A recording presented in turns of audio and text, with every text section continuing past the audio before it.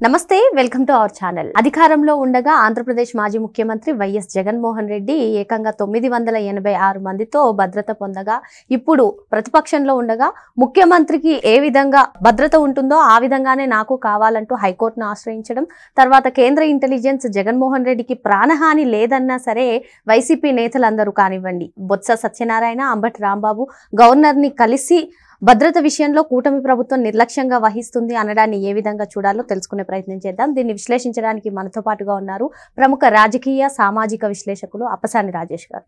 నమస్తే. నమస్తే. అధికారంలో ఉండగా 986 మందితో భద్రత పొందారు సార్. ఎక్కడికన్నా పర్యటనలు ఉన్నాయంటే ఏ విధంగా ప్రవర్తించేవారో మనందరికీ తెలిసిందే. ఇప్పుడు ప్రతిపక్ష నాయకుడు కాకపోయినా సరే నాకు ముఖ్యమంత్రి స్థాయిలో ఏ విధంగా అయితే భద్రత ఉంటుందో ఆ విధంగానే ఉండాలి. కేంద్ర ఇంటెలిజెన్స్ అసలు జగన్మోహన్ రెడ్డికి ఎటువంటి ప్రాణహాని లేదు, ఇప్పటికే ఆయనకి Z+ కేటగిరీ భద్రత ఉంది, కానీ ఆయన ఎందుకు ఈ విధంగా ప్రవర్తిస్తున్నారో తెలియదు అని చెప్పి కేంద్ర ఇంటెలిజెన్స్ నివేదిక ఇవ్వడం జరిగింది. అయినా సరే ఇప్పుడు వైసీపీ నేతలందరూ బొత్స సత్యనారాయణ, అంబటి రాంబాబు వీళ్ళందరూ గవర్నర్ని కలిసి భద్రత విషయంలో ఈ రాద్ధాంతాన్ని ఏ విధంగా చూడాలంటారు? మీరు మహేష్ బాబు దూకుడు సినిమా చూసారా? ఆ సినిమాలో బ్రహ్మానందం వాళ్ళ ఇంట్లో సినిమా షూటింగ్ జరుగుతూ ఉంటుంది. ఆ సినిమాలో బ్రహ్మానందం కూడా ఒక క్యారెక్టర్ చేస్తాడు. ఆ క్యారెక్టర్ చేసే సందర్భంగా ప్రొడక్షన్ వాళ్ళతోటి అతను గొడవ పెట్టుకుంటాడు. రేపటి నుంచి ఇక్కడ షూటింగ్ లేదు, నా ఇంట్లో షూటింగ్ చేయడానికి వీల్లేదని చెప్పని అడ్డం తిరుగుతాడు. వీళ్ళు బతిమలాడి బామాలి అతనికి ఆ రోజుకి అదనంగా అదనపంగా ఆఫర్ చేసి చివరికి ఎలాగోలా ఒప్పించుకుంటారు. ఒప్పించుకుంటే కొన్ని కండిషన్స్ పెడతాడు. మీ హీరో పక్కన నాకు కూడా కుర్చీ వేయాలి, మీ హీరోతో సమానంగా నాకు కూడా ఆయనకి ఏ భోజనం పెడితే నాకు కూడా అదే భోజనం పెట్టాలి, నాకు డైలాగులు వచ్చినా రాకపోయినా మీరు ఎడిటింగ్లో కవర్ చేసుకోవాలి, డబ్బింగ్లో కవర్ చేసుకోవాలి, ఇట్లా కండిషన్స్ పెడతా ఉంటాడు. యాక్చువల్గా హీరో రేంజ్ ఏంటి, ఇతని క్యారెక్టర్ రేంజ్ అనేది అతను పరిగణలోకి తీసుకోడు. నాతోటి అవసరం ఉంది కాబట్టి నా కండిషన్స్ ఒప్పుకోవాల్సిందే, నా దగ్గర ఇరుక్కుపోయి ఉన్నారు కాబట్టి నా కండిషన్స్ పరిగణలోకి తీసుకొని తీరాల్సిందే అని చెప్పని బ్లాక్మెయిల్ చేస్తూ ఉంటాడు. వాళ్ళు కూడా కాంటపడి సిచ్యువేషన్ కాబట్టి భరిస్తారు. చాటుకొచ్చి తిట్టుకుంటున్నా కూడా ఆ సినిమాలో బ్రహ్మానందం సీన్కి ఇప్పుడు జగన్మోహన్ రెడ్డి గారి గొంతెమ్మ కోరికలకి ఏం తేడా లేదు. ఎందుకంటే మీరు చెప్పటం కొంచెం పొరపాటుగా చెప్పారు. ముఖ్యమంత్రితో సమానంగా నాకు భద్రత ఏర్పాటు చేయమంటారు ఆయన. నేను ముఖ్యమంత్రిగా ఉన్న రోజుల్లో నాకు ఏ స్థాయి భద్రత ఉండేదో ఆ స్థాయి భద్రత కావాలంటున్నాడు. ఇప్పుడు చంద్రబాబు నాయుడు గారికి నాడు జగన్మోహన్ రెడ్డి గారు కల్పించుకున్న స్థాయి భద్రత లేదు. ఈవెందో ఆయన ఎనర్జీ ప్రొటెక్ట్ అయినా Z+ కేటగిరీ రక్షణలో ఉన్న దేశంలో Z+ కేటగిరీ రక్షణ పొందుతున్న నాయకులు మొత్తం కలుపుకున్న వేల మీద లెక్కించే స్థాయిలోనే ఉన్నారు. ఆ స్థాయి థ్రెట్ ఆయన ఎదుర్కొనున్నా కూడా జగన్మోహన్ రెడ్డి గారు కల్పించుకున్నట్టుగా 986 మందితోటి SPG అనే ఒక విభాగాన్ని ఏర్పాటు చేసుకొని వాళ్ళతోటి రక్షణ ఆయన పొందలా. ఆయన ఎప్పుడు పర్యటించే సందర్భంలో కూడా జగన్మోహన్ రెడ్డి గారిలాగా షట్టర్లు దింపటం, బ్యారికేడ్లు పెట్టడం, పరదాలు కట్టడం, చెట్లు నరకటం, వేలాది మంది పోలీసుల పహరా, ఇటువంటివి ఏమి చంద్రబాబు నాయుడు గారు ఎరగరు. ఇవన్నీ ఆ విధమైన స్థాయి భద్రత పొందిన యూనిక్నెస్ మాత్రం జగన్మోహన్ రెడ్డి గారిదే. ఇప్పుడు నాటి స్థాయి భద్రత నాకు కావాలి అంటున్నాడు. నాకు ఆ స్థాయి భద్రత కల్పించడం లేదు ప్రభుత్వం అని చెప్పని కోర్టుకు వెళ్తున్నాడు. అదేమంటే ప్రభుత్వం మీద వాళ్ళ శ్రేణుల మీద కూడా అలుగుతున్నాడు ఆయన. ప్రభుత్వం నా భద్రత విషయంలో ఉదాసీనత ప్రదర్శిస్తుంది, నేను ఎటు పర్యటిస్తే అక్కడ పార్టీలు ఉండాలి, ఏ సంఘటన జరిగినా దానికి ప్రభుత్వాన్ని నిందించడం ఒక సాగ్గా ఎంచుకున్నాడు ఆయన. ఆ విధమైన కోరికలు వెలుపుచ్చుతూనే సహజంగా మనం పెళ్ళిళ్ళ సందర్భంగా పెళ్ళికొడుకు కలిగి కాశీయాత్రకి వెళ్ళటం సీన్ చూస్తుంటాం మనం.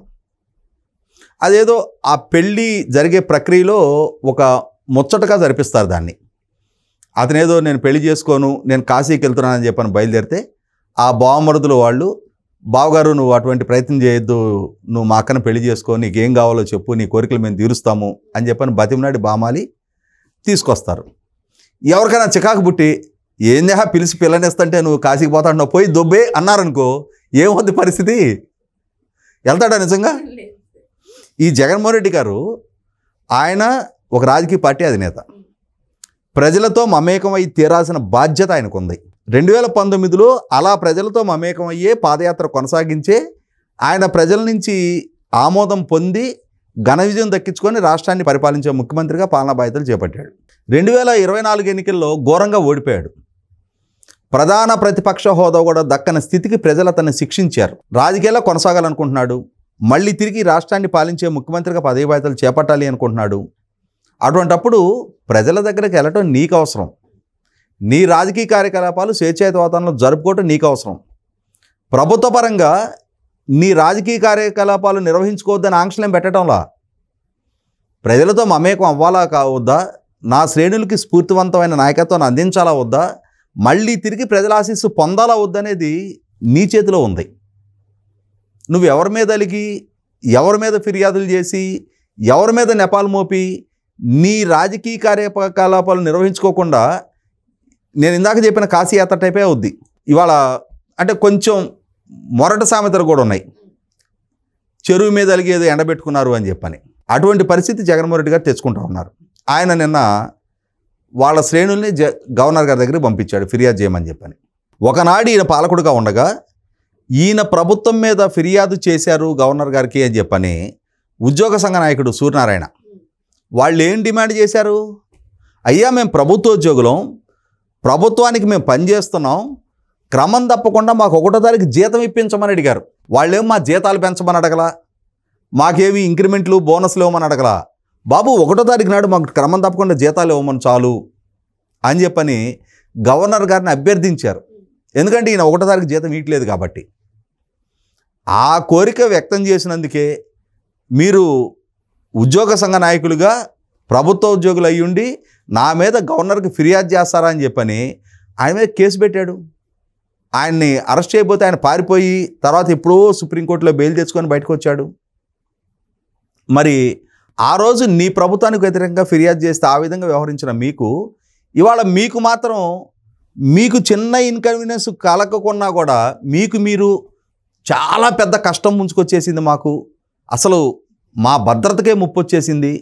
ఏం భద్రతకు ముప్పు వచ్చింది? ఎవరి నుంచి ముప్పు ఉంది? మీకు ఎందుకు ముప్పు ఉంది? మొట్టమొదటి అది వివరించి చెప్పండి. సార్, అసలు జగన్మోహన్ రెడ్డికి ఎందుకు అంత భయం సార్? అధికారంలో ఉండగా మీరు చెప్పినట్టుగా భద్రత కానివ్వండి, ఇంటి చుట్టూ ఫెన్సింగ్ కానివ్వండి, ఇప్పుడు ఆ ప్రతిపక్షంలో ఉండగా కూడా నాకు భద్రత పెంచండి, ఎందుకని అంత భయపడుతున్నారు జగన్మోహన్ రెడ్డి? ఇక్కడ మనందరం గ్రామీణ ప్రాంతాల నుంచే వచ్చాం.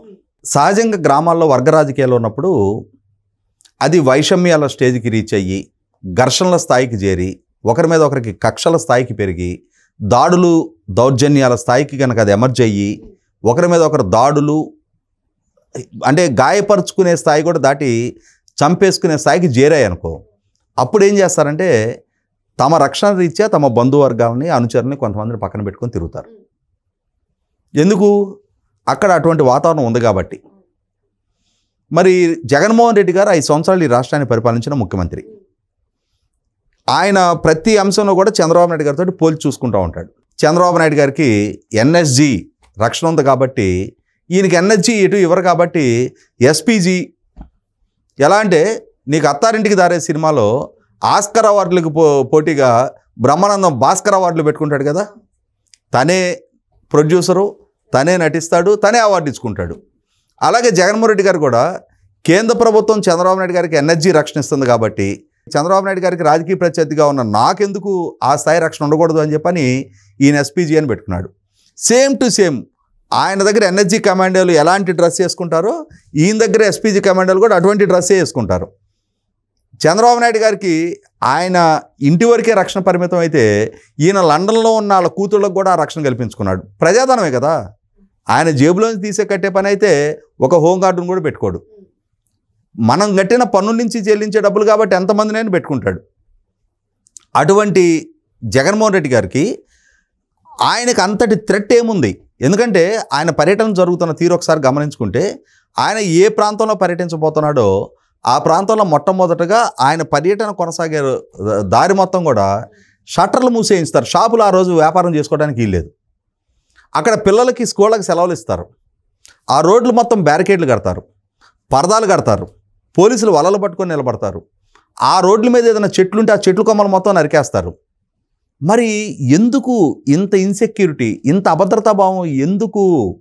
ఏం ఘనకార్యం చేశారని మరి మీరు పదే పదే చంద్రబాబు నాయుడు గారితో పోల్చుకుంటున్నారు కదా. చంద్రబాబు నాయుడు గారికి ఎన్ఎస్జీ ప్రొటెక్షన్ ఎందుకు ఇచ్చారు? ఆయన 2004కు ముందు ఉమ్మడి రాష్ట్రాన్ని పరిపాలించిన రోజుల్లో ఆయన హయాంలో నక్సలిజం చాలా తీవ్రంగా ఉండేది.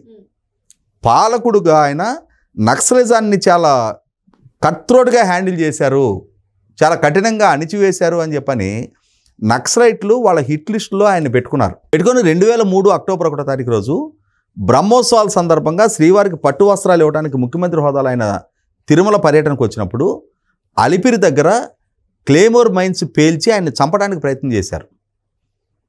ఆ క్లేమోర్ మైన్స్ దాటికి ఆయన బుల్లెట్ ప్రూఫ్ కారు 14 అడుగుల ఎత్తు ఎగిరి కింద పడింది. ఆ శ్రీవారి ఆశీస్సులతోటి ఆయన ప్రాణాలతో బయటపడ్డాడు. మామూలుగా వాళ్ళు అమర్చిన అన్ని మైన్స్ కొన్నే పేలాయి. అన్ని మైన్స్ కనుక పేలున్నట్టయితే చంద్రబాబు నాయుడు గారి వాళ్ళు ఉండేవారు కాదు. అటువంటి సంఘటన నుంచి ఆయన మృత్యుంజయుడిగా బయటకు వచ్చారు కాబట్టి వాళ్ళు పీపుల్స్ వారు మావోయిస్టులుగా మారారు. మావోయిస్టుల హిట్ లిస్టులో ఆయన కొనసాగుతూ ఉన్నాడు కాబట్టి ఆయన్ని కాపాడుకోవాలి అని అంటే ఎన్ఎస్జి నేషనల్ సెక్యూరిటీ గార్డ్స్ రక్షణలో ఉండాలి. ఆయనకి Z+ జనరల్గా ఈ రక్షణ కల్పించడానికి XYZ కేటగిరీలు ఉంటాయి. ఆయన్ని Z+, జెడ్ అనేది ఎక్స్ట్రీమ్, ఆ జెడ్ కన్నా కూడా మరింత కట్టుదిట్టమైన రక్షణలో ఆయన ఉండాలి అని చెప్పని కేంద్ర ప్రభుత్వం ఇంటెలిజెన్స్ వాళ్ళు ఇచ్చిన సమాచారం మేరకు కేంద్ర ప్రభుత్వం భావించి వాళ్ళు కల్పించారు ఆయనకి రక్షణ. అంటే ఆయన పాలకుడిగా ఆ విధంగా వ్యవహరించాడు కాబట్టి ఆయన థ్రెట్ ఉంది, ఆయన లైఫ్ మీద ఒక అటెంప్ట్ జరిగింది కాబట్టి కేంద్ర ప్రభుత్వానికి కూడా సమాచారం ఉంది కాబట్టి ఆ విధంగా రక్షణ కల్పించారు. మరి 5 ఏళ్ళు జగన్మోహన్ రెడ్డి గారి పరిపాలనా హయాంలో ఒక్క ఎన్కౌంటర్ జరగలేదే.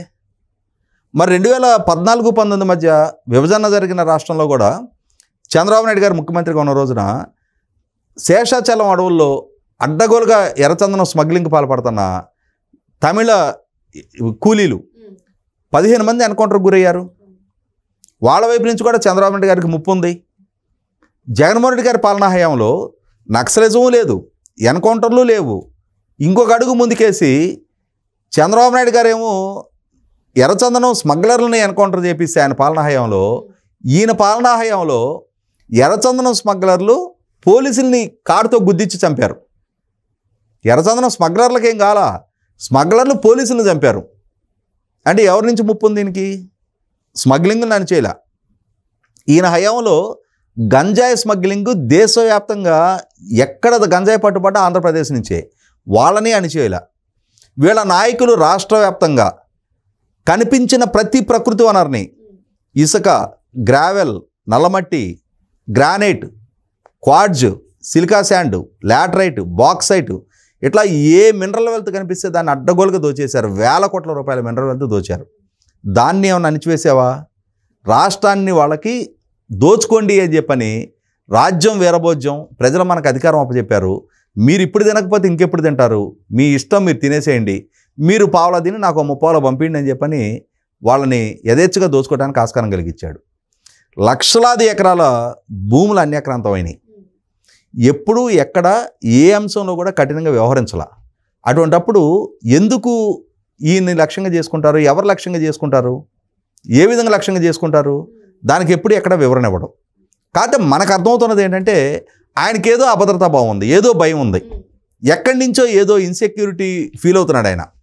ఓపెన్గా నాకు ఈ వర్గం నుంచి ముప్పు ఉంది, నాకు వీళ్ళ నుంచి హాని ఉంది, నాకు థ్రెట్ ఉంది అని చెప్పి ఆయన రివీల్ చేయగలిగితే ప్రభుత్వాలు కూడా దాన్ని పరిగణలోకి తీసుకుంటాయి. కానీ అది చెప్పుకోలేడు.